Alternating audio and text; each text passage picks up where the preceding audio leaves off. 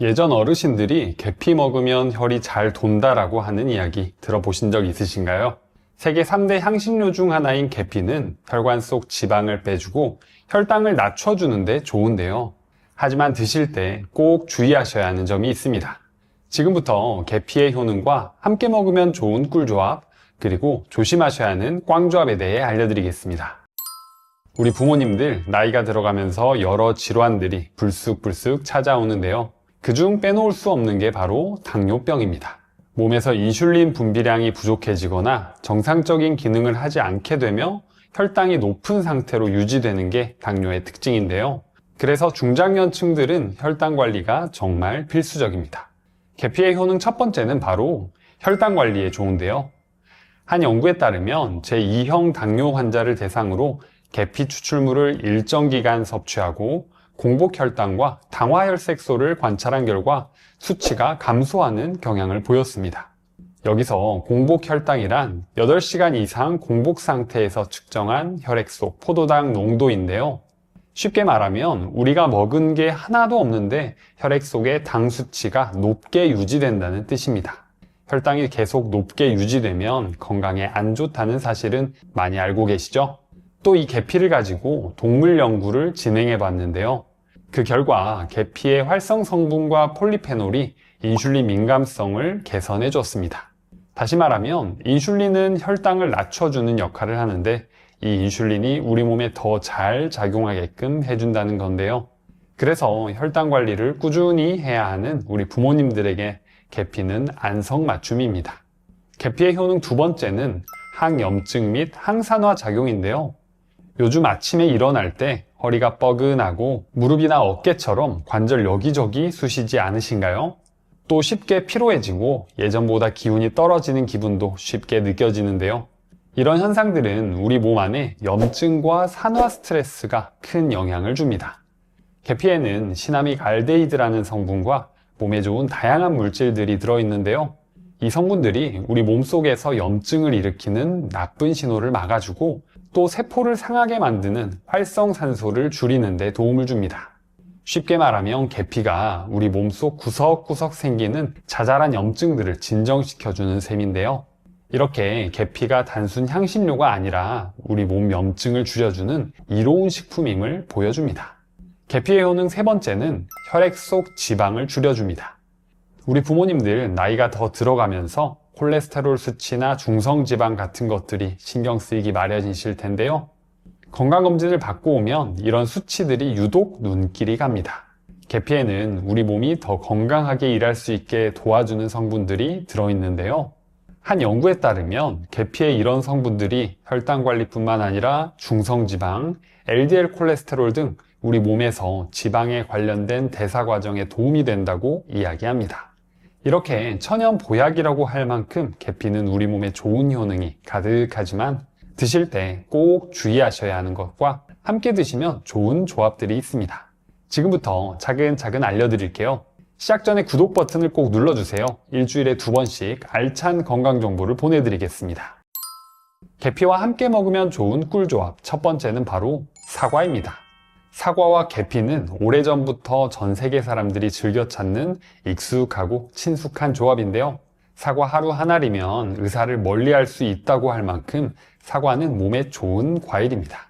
사과 속에는 펙틴이라는 섬유질이 풍부하고 퀘르세틴 같은 다양한 폴리페놀 성분이 들어있는데요.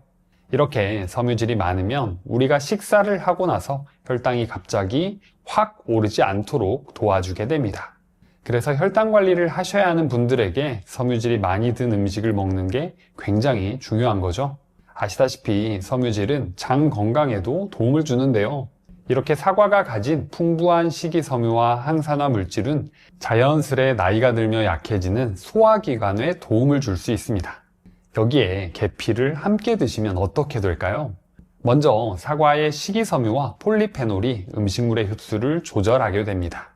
이후에는 계피가 인슐린 작용을 해주며 식사 후에 혈당이 크게 오르지 않게 해주는데요.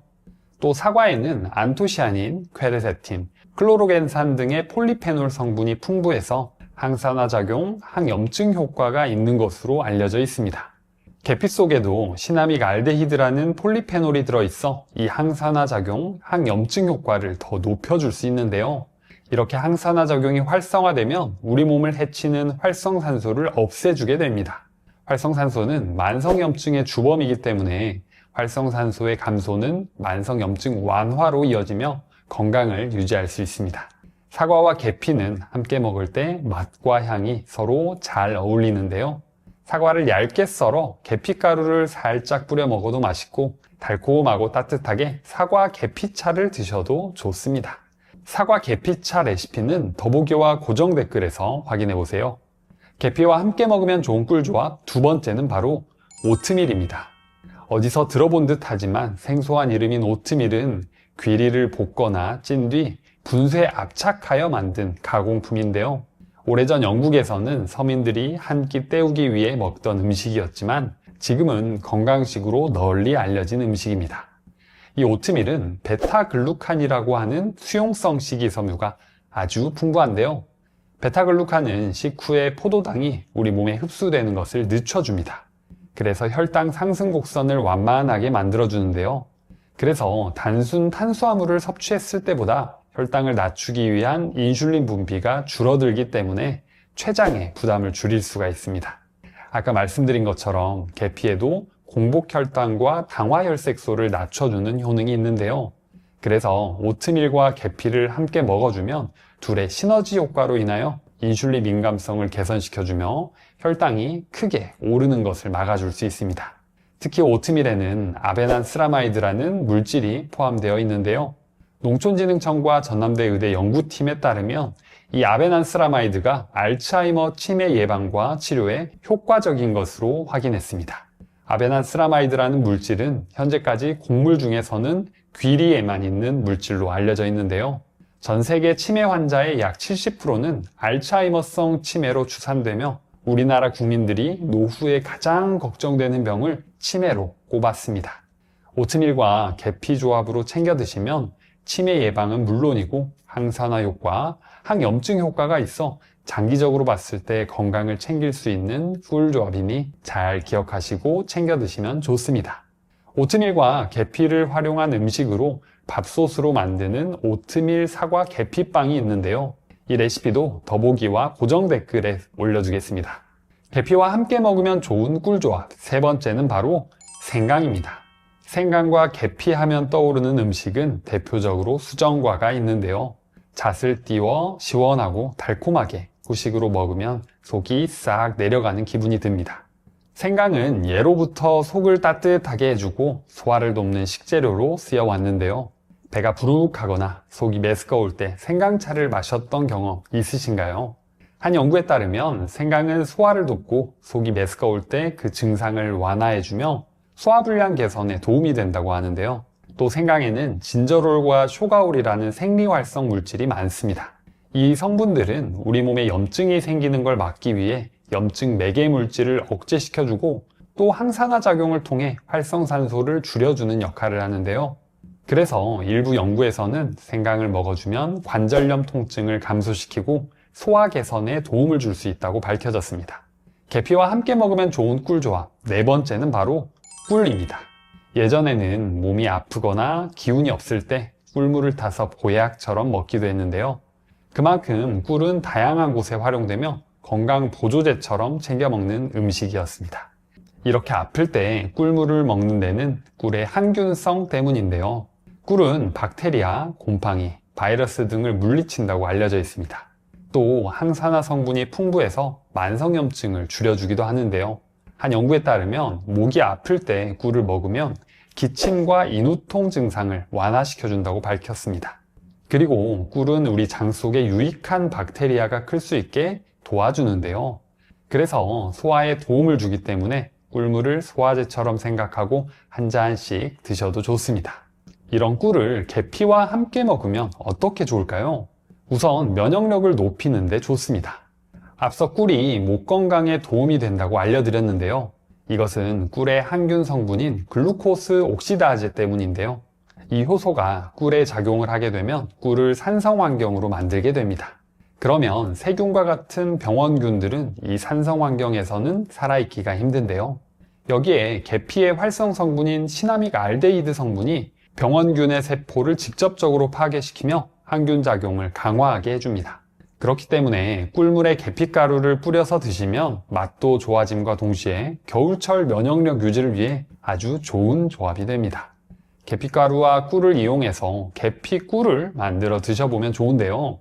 소독된 유리병에 계피가루와 꿀을 1:2 비율로 넣고 잘 섞어준 후 드시면 됩니다. 빵에 발라 드셔도 좋고 꿀물을 타서 드셔도 좋습니다. 다음으로 조심하셔야 하는 꽝조합 첫 번째는 바로 과다 복용입니다. 계피가 좋다는 이야기를 듣고 더욱더 자주 챙겨 드시게 될 텐데요. 하지만 이렇게 좋은 계피도 너무 많이 먹거나 주의해야 할 점을 간과한다면 오히려 몸에 부담이 될 수 있습니다. 먼저 계피를 너무 많이 드셨다가는 간에 무리를 줄 수 있는데요. 계피에는 쿠마린이라는 성분이 들어 있습니다. 이 성분은 우리 몸에 들어가면 간에서 다른 물질로 바뀌게 됩니다. 그런데 일부 사람들은 간 효소가 쿠마린을 잘 분해하지 못해서 간 독성이 발생하여 간이 상할 수 있습니다. 제일 중요한 건 많은 양을 장기간 먹게 되면 간세포가 손상되어 간 기능 장애까지 생긴다는 연구 결과까지 발표되었는데요. 계피는 카시아 계피와 실론 계피 두 가지 종류로 나뉩니다. 카시아 계피는 쿠마린이 상대적으로 많이 들어있는데요. 반대로 실론 계피는 카시아 계피보다 쿠마린 함량이 훨씬 낮습니다. 그래서 굳이 위험성을 따지자면 같은 양을 먹었을 때 카시아 계피보다는 실론 계피를 드시는 게 더 좋습니다. 대개 중국과 베트남이 원산지인 경우 카시아 계피이고 인도와 스리랑카가 원산지인 경우에는 실론 계피인데요. 국내에서 파는 계피는 대부분 단가가 더 저렴한 카시아 계피가 많다고 알려져 있습니다. 물론 카시아 계피를 먹는다고 해서 무조건 몸에 해로운 것은 아닌데요. 가루로 먹었을 때는 하루에 1-2g, 끓여서 먹는 경우 4에서 6g으로 제한하여 먹는 것이 안전합니다. 그래서 통 계피로 계피차를 끓이는 경우라면 끓는 물에 10분 정도 끓인 후 첫 물은 버리시고 다시 1시간 이상 끓이게 되면 쿠마린 함량을 낮춰서 먹을 수 있는 좋은 방법입니다. 다음으로 조심하셔야 하는 꽝조합 두 번째는 바로 당뇨약을 드시는 분들입니다. 계피는 혈당을 낮출 수 있다고 알려져 있습니다.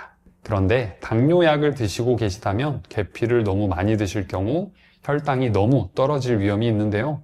그렇기 때문에 당뇨가 있으신 분들은 계피가 건강에 좋다고 무작정 많이 챙겨 드시는 것보다는 하루 권장 섭취량을 지키고 담당 의사와 식단에 관하여 상의하고 드시는 게 좋습니다.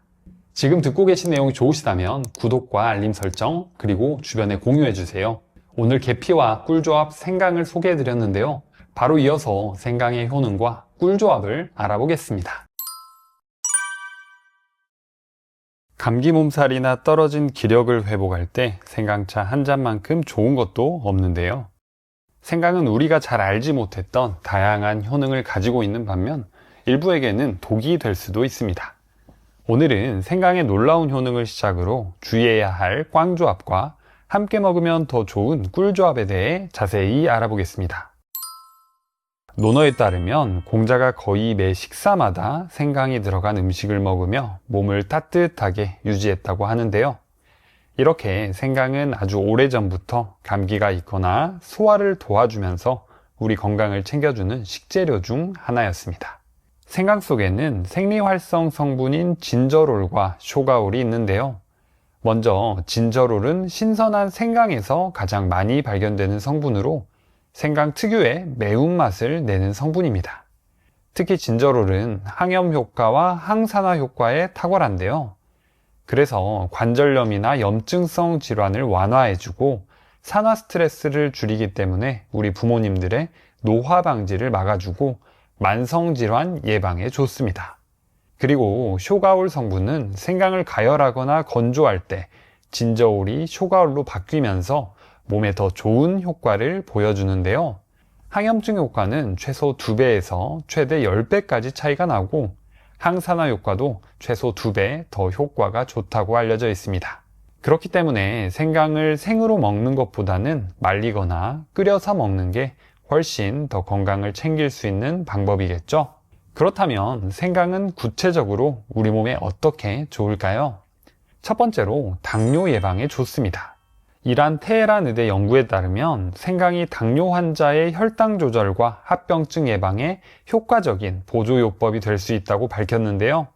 진저롤은 인슐린 민감성을 향상시키고 인슐린 분비를 촉진해 혈당 수치를 낮추게 됩니다.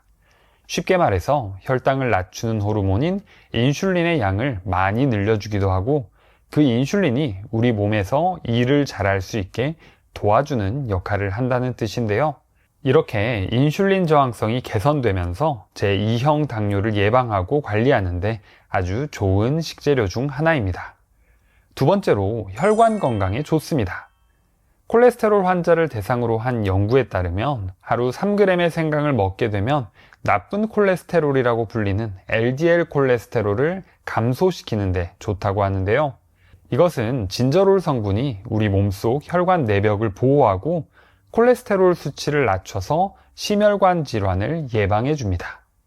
또 생강을 먹었을 때 우리 몸의 전체적인 신진대사를 촉진해 줘서 혈관 속에 지방이 쌓이는 것을 막아주기도 하는데요. 이렇게 신진대사가 촉진돼서 생강을 먹었을 때 몸에 열이 오르는 느낌이 납니다. 세 번째로 고혈압 예방에 좋습니다. 생강은 몸속의 혈관을 확장시켜서 혈액순환에 도움을 주는데요. 특히 진저롤과 쇼가올이 콜레스테롤 배출을 도와주고 혈전 생성을 막아주기 때문에 심혈관계 질환이 있으신 분들에게는 챙겨 먹으면 좋은 음식입니다. 또 생강에는 칼륨이 풍부한데요. 이 칼륨은 우리 몸속의 나트륨을 몸 밖으로 배출시켜줘서 혈압을 낮추는 데도 도움이 됩니다. 다만 신장이 안 좋으신 분들은 생강 섭취에 주의하셔야 하는데요.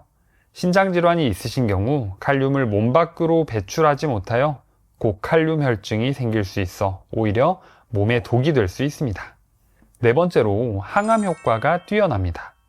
미국 미네소타 대학의 연구에 따르면 진저롤이 대장암 세포가 늘어나는 것을 효과적으로 억제한다고 확인하였는데요.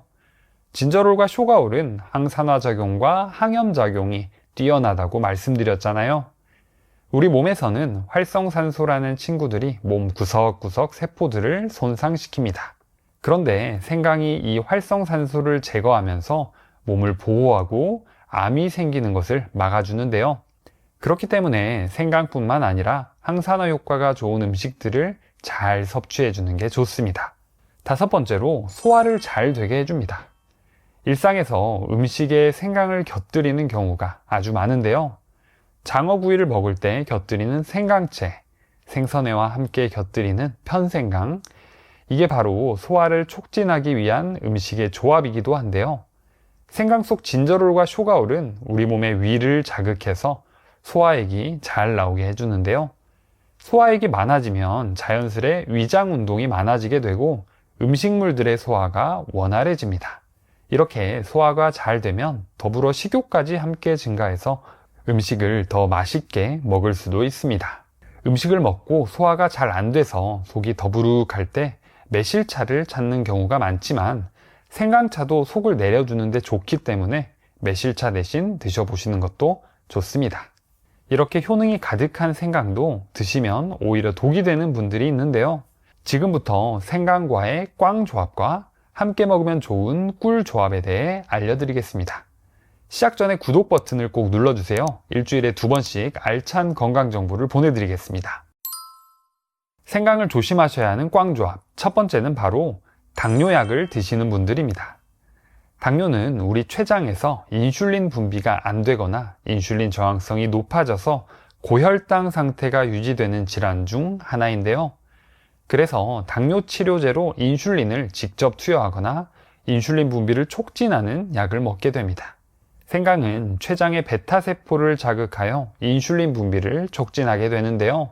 또 인슐린 감수성을 높이기 때문에 이러한 자극은 우리 몸의 인슐린이 효과적으로 작용하게 도와주는 역할을 합니다. 그런데 당뇨약과 함께 드시게 되면 이 효과가 이중으로 작용하기 때문에 오히려 혈당이 지나치게 낮아질 위험이 있다고 알려져 있는데요. 저혈당이 오게 되면 어지러움증과 함께 눈앞이 흐려지고 식은땀, 불안, 피로 증세가 찾아올 수 있습니다. 다양한 음식에 생강가루가 들어가서 걱정하시는 분들이 있으실 수 있는데요. 음식에 들어가는 소량의 생강은 크게 걱정하지 않으셔도 되지만 생강차, 생강청을 주기적으로 자주 챙겨 드시는 분들은 주의하시는 게 좋습니다. 생강을 조심하셔야 하는 꽝조합 두 번째는 바로 혈당 관리를 하셔야 하는 분들입니다. 생강을 가장 쉽게 접할 수 있는 음식 중 하나가 바로 생강차인데요. 생강청을 만들 때 설탕이 주 재료 중 하나이기 때문에 당 함량이 높아지게 됩니다. 설탕을 적게 넣자니 생강의 매운맛을 잡기 위해서는 어느 정도 설탕이 필요하기 때문에 설탕을 적게 넣은 생강청을 만들기엔 힘든데요. 이 생강청의 설탕 때문에 당뇨병을 앓고 있으신 분들에게는 생강차를 드실 때 조심하셔야 합니다. 바로 직전에 생강이 췌장의 베타세포를 자극하여 인슐린 분비를 촉진한다고 말씀드렸지만 설탕으로 혈당이 빠르게 오르기 때문에 몸에 부담이 될 수 있습니다. 이럴 때는 생강청을 담으실 때 설탕 대신 스테비아를 활용하시는 것도 방법인데요. 스테비아는 요즘 설탕을 대체하는 천연 감미료 중 하나로 설탕의 30에서 150배의 단맛을 가지고 있으나 0칼로리라 요즘 많이 각광받는 재료 중 하나입니다. 생강청을 담을 때 오랫동안 보관하기 위해서 설탕이 필수로 들어가야 하지만 설탕의 비율을 낮추고 스테비아를 함께 섞어주시면 단맛은 보존하고 당과 칼로리는 낮춘 보다 건강한 생강차로 드실 수 있습니다.